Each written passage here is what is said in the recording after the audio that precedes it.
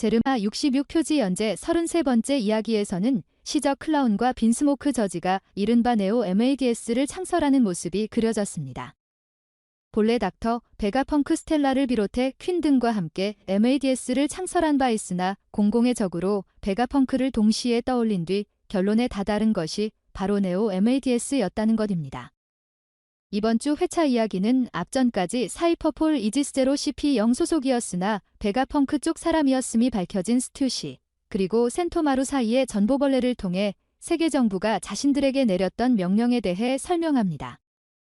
이때 다시 한번 세계 정부가 자신들에게 있어 중대한 전력이라 할 수 있는 천재 과학자 베가펑크를 제거하고자 하는 이유가 다시 설명되는데, 먼저 버스터콜로 인해 지도에서 사라진 오하라가 행했던 연구를 계승해 해나가고 있다는 점과 함께 고고학자를 제외하면 이렇다 할 전력이 없었던 오하라와는 달리 에그헤드 내에는 전투력이 존재하기 때문이라고 합니다. 앞서 센토마루 주변에 모여있던 에그헤드 시민들은 스튜시와의 전보벌레 대화를 함께 듣고 있었기에 곧 도착할 해군이 이들에게 무슨 짓을 행할지 충분히 알아들었을 것이라며 서둘러 에그헤드 섬 자체를 벗어나라고 얘기합니다. 그렇게 에그헤드 내에는 전투력이 존재하지 않는 제3자들이 속속 퇴장하기 시작하죠. 이어서 파시피스타 세라핌 S 스네이크, 모델 보아 행콕과 교전 중이던 밀짚모자 일당 우솝, 프랑키, 그리고 릴리스 사이드를 비추는데 프랑키는 신체의 절반만 석화가 된 상태라 왼쪽은 움직일 수 있었기에 풀어줄 리 없는 세라핌을 향해 석화를 풀라고 요구합니다. 인공적으로 생산된 악마의 열매 능력을 무력화하는 무기를 지니고 있었음에도 전략적으로 이들을 농락한 S 스네이크에 의해 릴리스와 우솝은 여전히 리타이어 한 상태로 등장합니다. 현재 동시다발적으로 연구소 내에서 그룹과 세라핌 교전이 시작되었는데, 적어도 S 스네이크가 있는 이곳은 사실상 전멸 상태라고 봐도 무방할 것입니다. 그리고 파시피스타 세라핌은 지난 폭발을 피하였던 닥터, 베가펑크 새틀라이트 중 한 명인 피타고라스를 향해 걸어오더니 조금의 자비도 베풀지 않고 그대로 밟아버립니다. 여전히 프랑키는 신체의 절반이 석화된 상태이며 우솝과 릴리스, 그리고 피타고라스는 생존 여부조차 불분명하게 되었습니다. 하지만 정황상 우솝이 여기서 완전히 퇴장했다고 보기엔 어렵겠죠. 한편 아틀라스와 함께 행동하고 있던 니코 로빈, 그리고 추파는 어딘가로 향하고 있었는데 이들 역시 나미의 목소리를 들었으나 그녀의 목소리에 누구보다 빠르게 달려나갈 사람이 있다 고 크게 걱정하지 않는 모습을 보여줍니다. 실제로도 상디가 재빠르게 합류해 S샤크, 모델 징배와의 교전을 시작한 상태이죠. 로빈은 동시다발적으로 발생한 전투 도중에 베가펑크 스텔라에게 무슨 일이 생겼을지도 모른다고 말하는데, 이에 아틀라스는 과거 사용하였으나 현재는 봉쇄된 연구실이 하나 있다며 혹시나 하는 마음에 로빈, 추파와 함께 짐작가는 곳으로 향하기 시작합니다. 과연 아틀라스가 생각하고 있는 장소가 과거 악마의 열매 연구실인지는 좀 더 지켜볼 필요가 있겠네요. 나미와 브룩, 그리고 닥터 베가펑크 에디슨이 함께 있는 장소 역시 우솝 프랑키 사이드 못지않게 상황이 좋지 않았습니다. 일찍이 에디슨은 리타이어 한 상태로 정신을 잃었으며 브룩 역시 본체는 움직일 수 없었는지 영혼만 빠져나온 상태로 베가펑크 스텔라를 찾아 나서고자 합니다.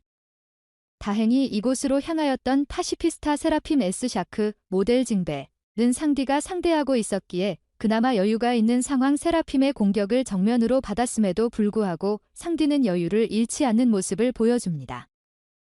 이윽고 밀짚모자 루피, 롤로노아 조로, 로브루치, 카쿠 사이드로 전환되는데 어디 간 것인지는 몰라도 앞전까지 함께 있었던 파시피스타 세라핌 S호크, 모델 주라큘 미호크가 사라져 있었습니다. 그리고 등 뒤에 있는 불꽃이 꺼질 기미가 보이지 않아 불필요한 체력 소모를 계속해 나가고 있었죠.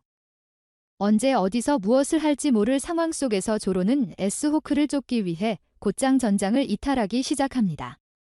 하지만 밀짚모자 루피는 조로 특유의 길치 속성을 알고 있었기에 카쿠에게 함께 따라가달라고 얘기하죠. 이때 카쿠를 우솝이라고 얘기하는데 뒤따라가는 길에 카쿠는 루피를 향해 반박합니다.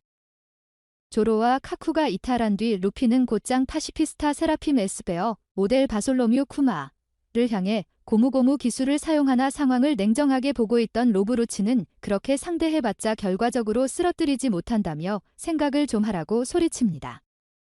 불이 사그라들었을 때 일격을 넣어야 하는데 아직까지 파회법을 찾지 못해 고전하고 있는 밀짚모자 루피 과연 이 상황을 어떻게 타개할 수 있을까요? 그리고 이야기는 3개월 전으로 거슬러 올라갑니다.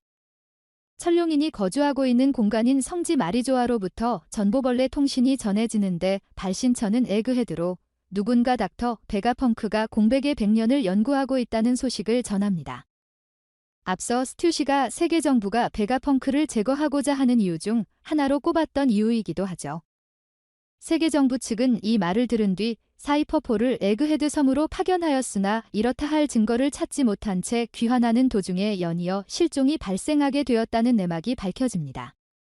처음엔 CP5, 이 뒤로는 CP7, CP8이 뒤이어 파견되었으나 단 한 척도 돌아오지 못하며 의심을 가중시키는 모양새가 되었습니다.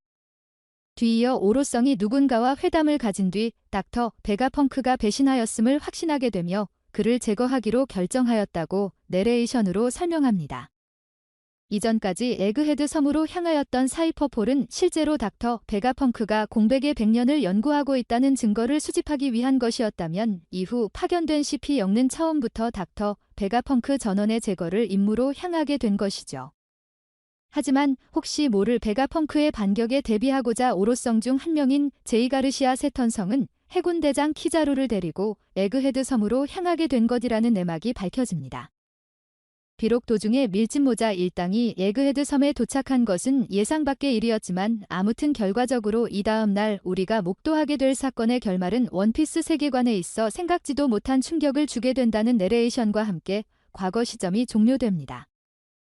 예상치 못한 누군가의 총격으로 인해 쓰러진 베가펑크 샤카, 그리고 총을 쥐고 있는 이를 지켜보는 세계정부 소속의 사이퍼4 정부 요원들 베가펑크 스텔라는 낯선 이에게 일련의 일들을 모두 행한 것이 맞는지에 대해 묻습니다. 많은 이들이 예상하였다시피 범인, 내지는 배신자는 내부에 있었습니다. 닥터 베가펑크 세틀라이트 중 한 명이자 욕구를 상징하는 요크였습니다. 개인적으로는 펑크 레코즈 그 자체가 배신을 한 것이 아닌지에 대한 의심을 품었는데 마침내 지난 몇 주 동안 커뮤니티에서도 갑론을 박이 오갔던 배신자 정체가 공식적으로 밝혀지는 순간입니다. 요크는 스텔라와 마주하자마자 천룡인이 될 거라고 얘기하는데 과거 베가펑크 스텔라 및 세틀라이트들은 성지 마리조아에 다녀온 적이 있었는지 어째서 그런 인간이 되고 싶은 거냐고 묻습니다. 이에 요크는 샤카 역시 그렇게 말했을 거라고 대답하나 이내 이미 죽었지만이라고 말하며 웃습니다. 이윽고 다른 베가펑크 모두 귀친타며 이 세계의 베가펑크는 한 명이면 충분하는 말과 함께 원피스 1078화 스포 번역 전체 이야기가 마무리됩니다.